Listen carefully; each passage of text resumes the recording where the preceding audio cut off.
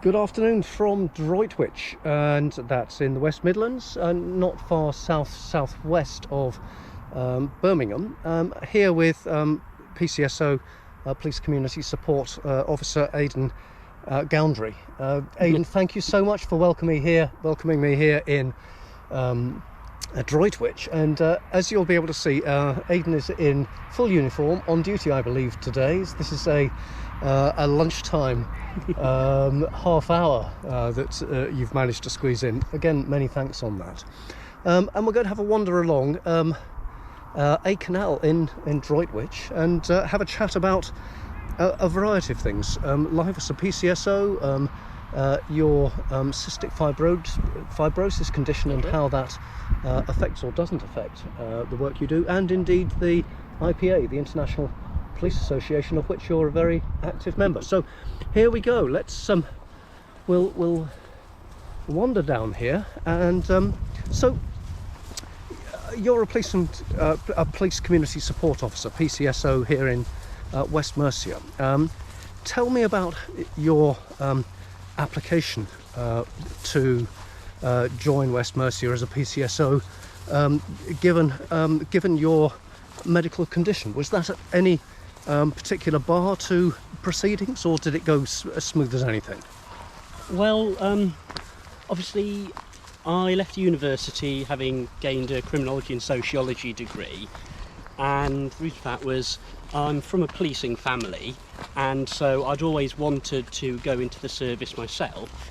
However, as you've alluded, I do have cystic fibrosis, which is a lifelong condition which affects a range of parts of the body, but mainly affects the respiratory system, and so sort of breathing difficulties, and also some slight troubles with gaining weight and physical exercise. So at one point it was thought that perhaps I wouldn't be able to join the police family at all. However, when the role of the community support officer was introduced, the key part of that is we are not expected to get involved in physical confrontation in the same way as our police constable colleagues, and therefore it has a very different requirement on physical capabilities. And that meant that my condition, which is officially classed as a disability, was not a factor that went against me. And so, as I said, once I graduated from university, funnily enough, just up the road at Worcester, I applied and was very, very pleased to be successful in my application. And that will have been, well, it was the October when I joined, and so in this October coming, it will have been 7 years since I joined West Mercia. Casting your mind back then, so no particular or unexpected challenges in the recruitment process then? Not in the recruitment process, no, not at all. As I said, because the role of the PCSO, we're not expected to get involved in physical confrontation. However, what our main remit is that community engagement, predominantly focused around the significant community presence. And so the only area there was the idea that at times we may be expected to do prolonged periods of foot patrol. But again, the idea of that is you're not power marching through a village or anything like that. You're supposed to be going at a reasonable pace, and you're supposed to be going at a pace that allows you to engage with the community, and also at a pace that allows you to see what might be going on. And so, and equally, everyone knows about the old fabled T-spots, and again, that's a central part of policing engagement. Expand on the T-spots.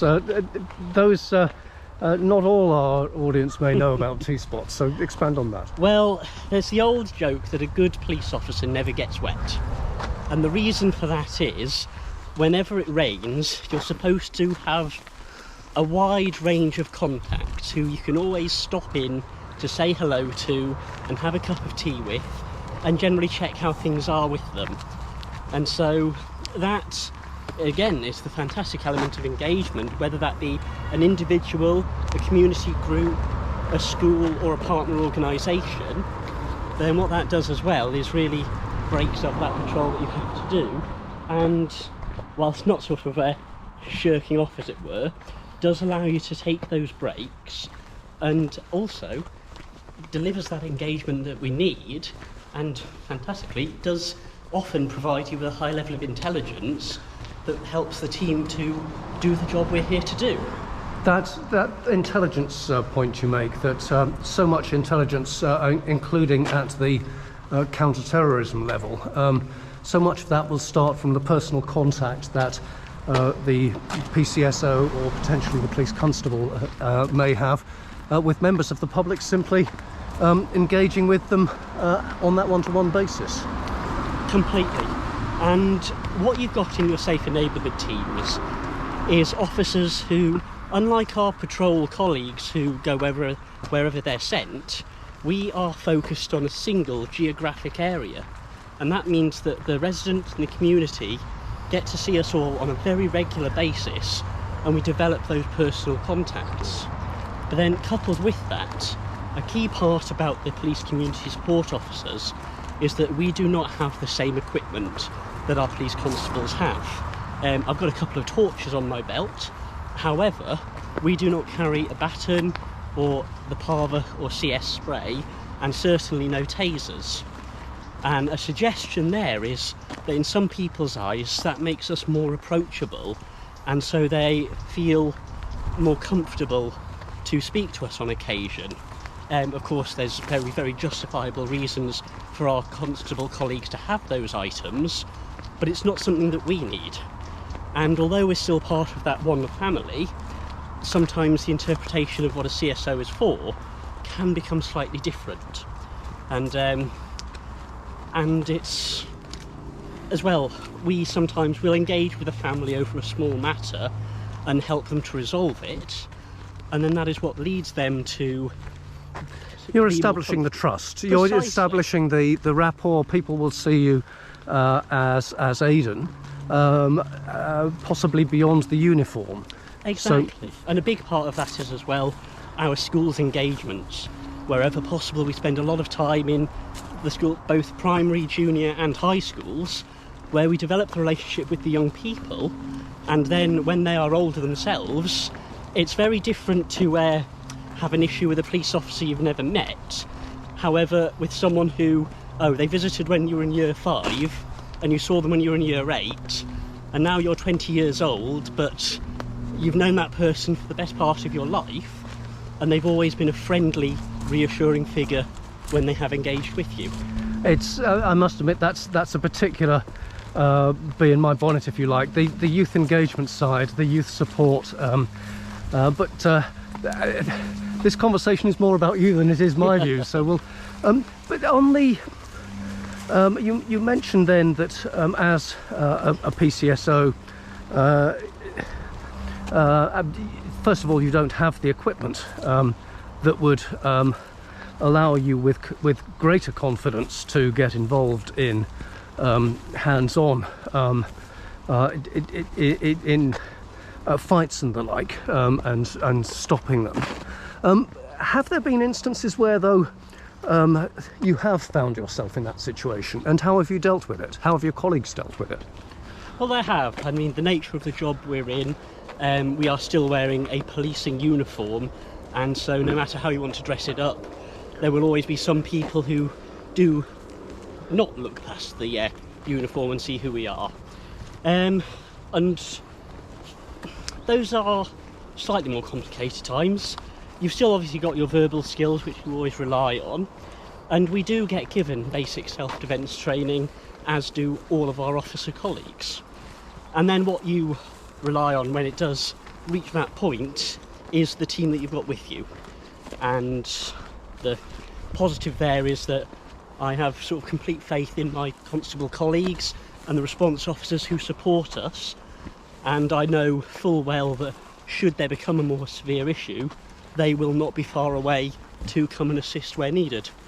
And again, it's as I alluded to at the start, that whole police family ethos.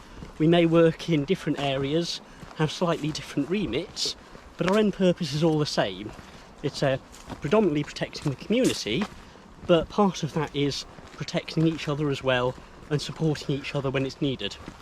There are quite a number of PCSOs that having proved themselves as PCSOs apply to become a police constable, and then indeed may work their way up the promotion ladder. Your particular situation, does that bar you from applying as a police constable? Well, does it bar you as applying as to be a police constable? Well, on that, I mean, it's understandable why a lot of my colleagues would look to transfer, because the unfortunate thing with the PCSO role is we are limited. We don't have a promotion structure as the regular officers do, and so you could be a PCSO for 30 years and remain in that capacity.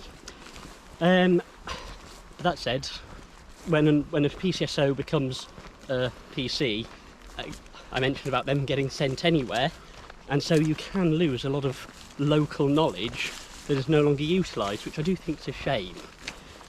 For myself, it might be that the force were willing to make some reasonable adjustments to help that happen, but my personal view there is most of my restrictions would be around the physical side, and although I might be competent for investigations and for doing the work of a constable, I wouldn't want the force to make adjustments for a physical reason, because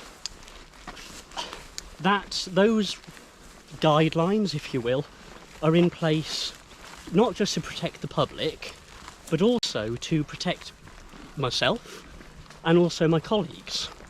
And therefore, if those guidelines were changed or adapted, and then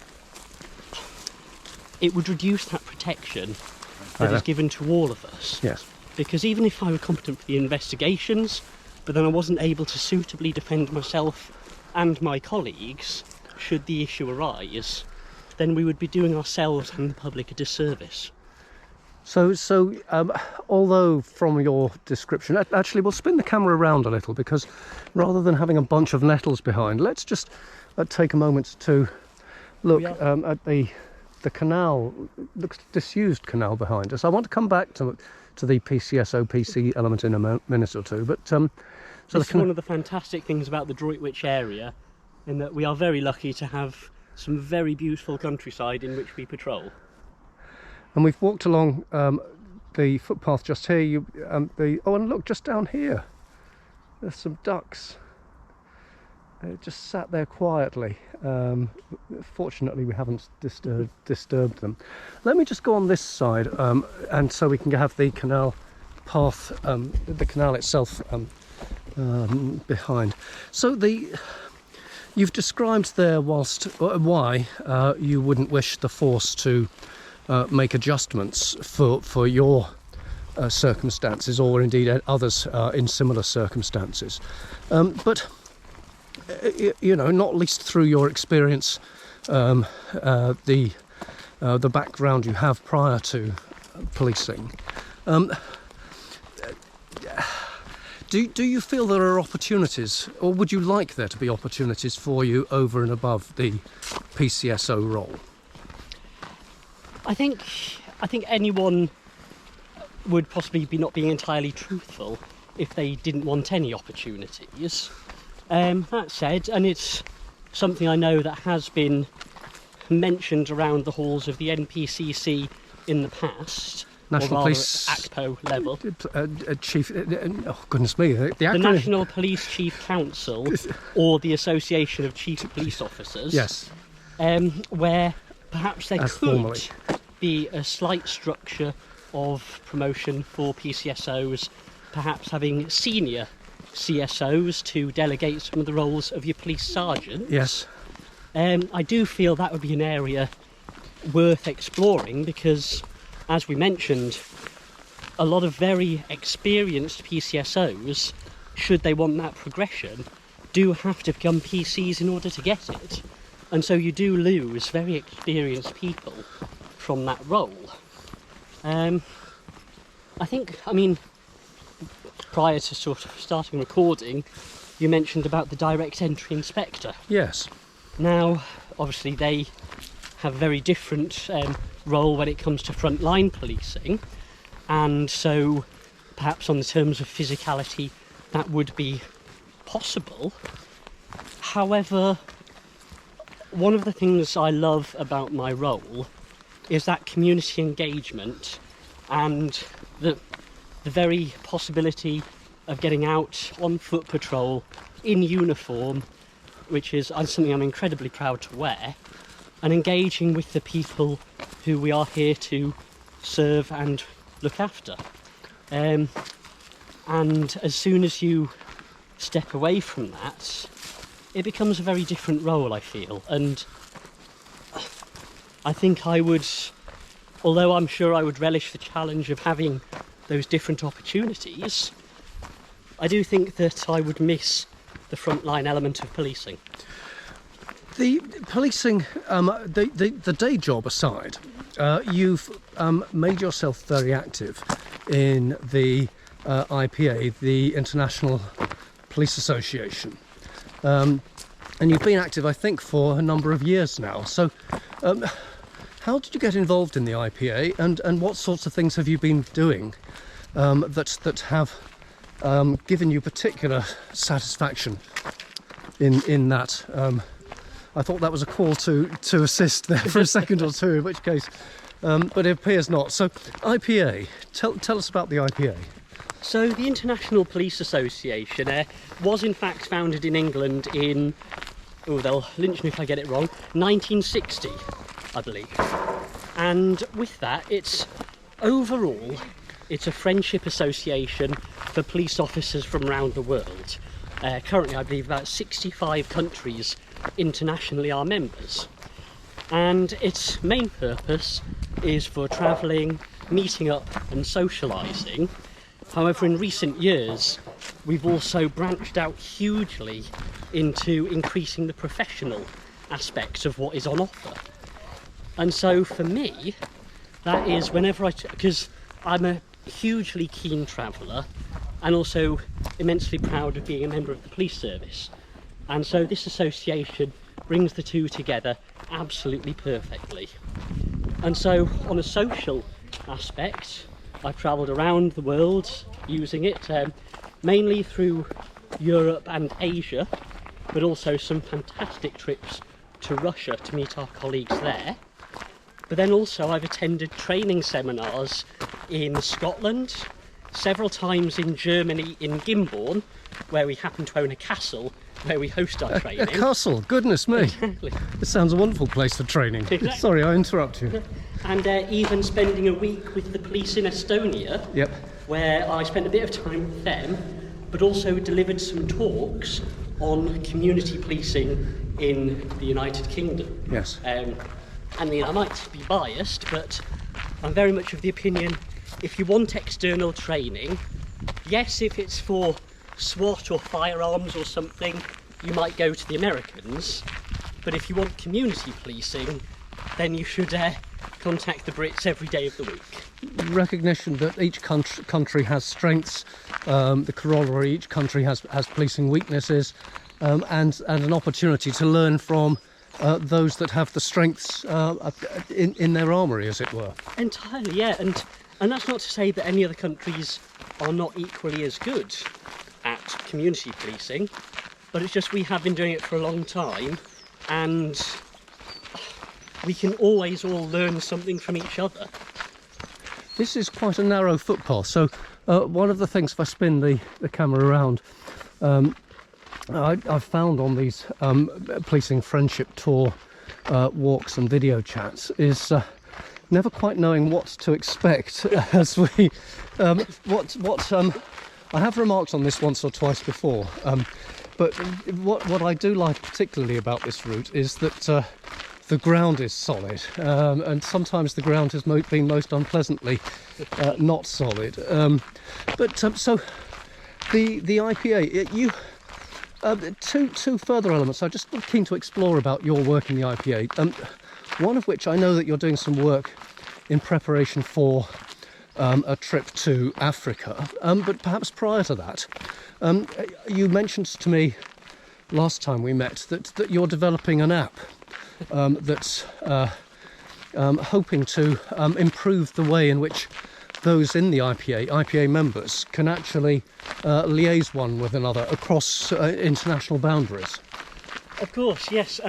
So at the minute, if you want to go and meet some of our colleagues overseas, you have to send a letter attachment via email, which gets bounced around several points of contact before reaching its destination. This is back from when we were first integrated, and when the letters were the only means of secure communication. Of course, the world has changed somewhat now. Just a bit. And so my design is using ideas of Google Maps with markers and the likes, where each member can have their own profile, and we'd be able to communicate directly through messaging in the app.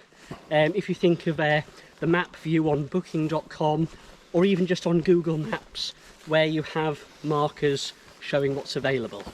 And is that work in progress? Is that a beta app, or is it live and up and running? At the moment, it's possibly not even a beta, in that it's got the design and the proof of concept through an alpha version, and now it's just sitting with the international executive, who are in charge of all of the sections worldwide, to explore what ways we might be able to fund something like this. So it might be coming to a smartphone near our readers and listeners quite soon.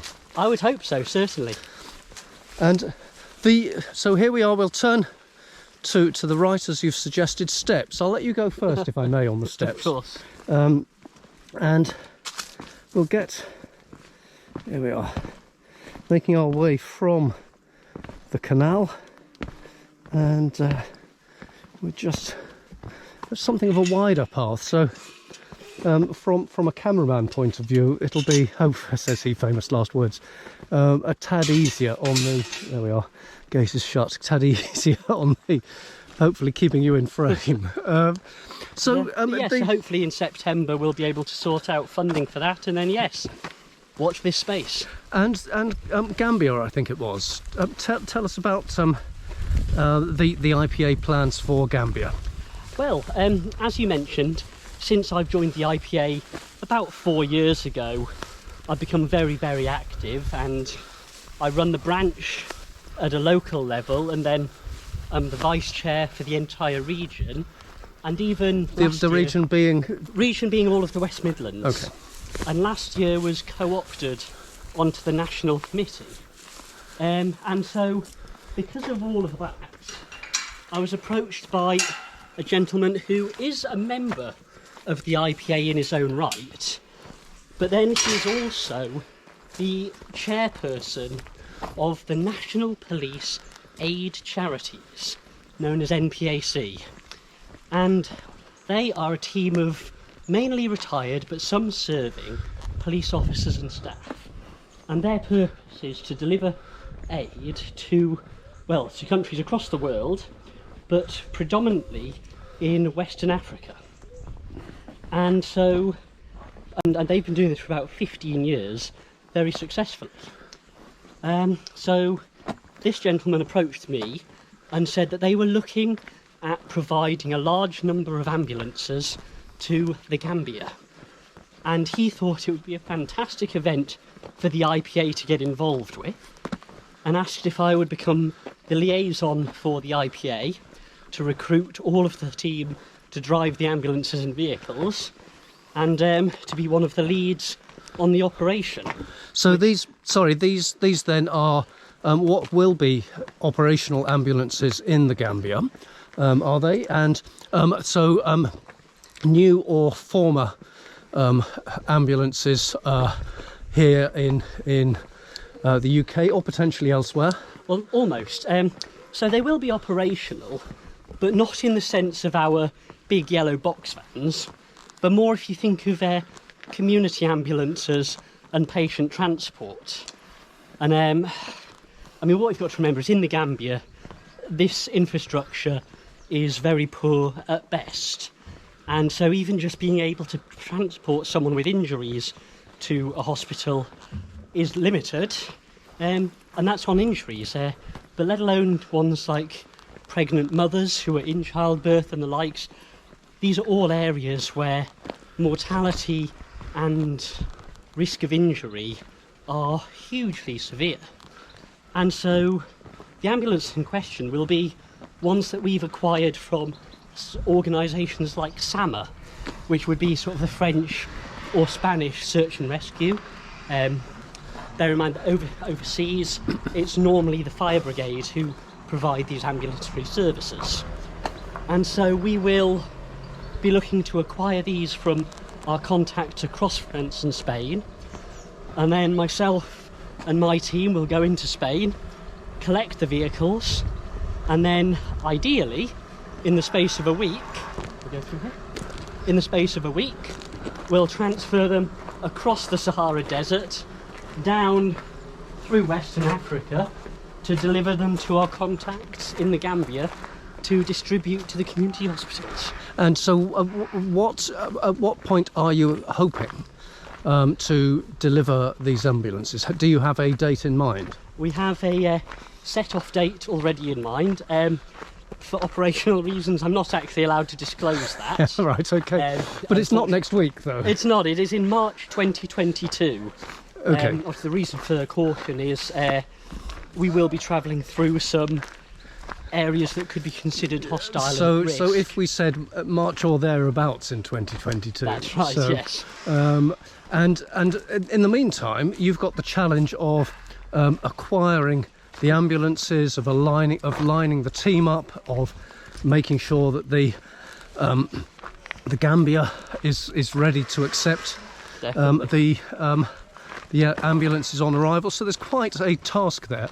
And I imagine fueling these ambulances as well. So there is a cost associated with all of this. There is, definitely. I mean, despite best efforts in sort of putting time in, as I suspect you do, for free, there's still an out-of-pocket cost that needs to be covered.